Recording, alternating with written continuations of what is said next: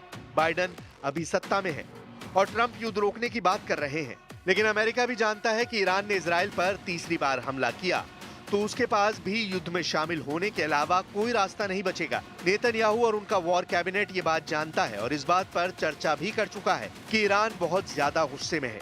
Khamenei अब Israel के एक हमले का बदला लेना चाहते हैं, क्योंकि 26 अक्टूबर को हुए इजराइल के हमले में ईरान की आक्रामक छवि वाला रौब तार-तार हो चुका है। यही वजह है कि अब ईरान तीसरी बार इजराइल पर बहुत बड़े हमले के लिए बेकरार है और ICBM वाली चर्चा इस वक्त ईरान में गर्म होकर इजराइल और अमेरिका वाले खतरे को झुलसा रही है।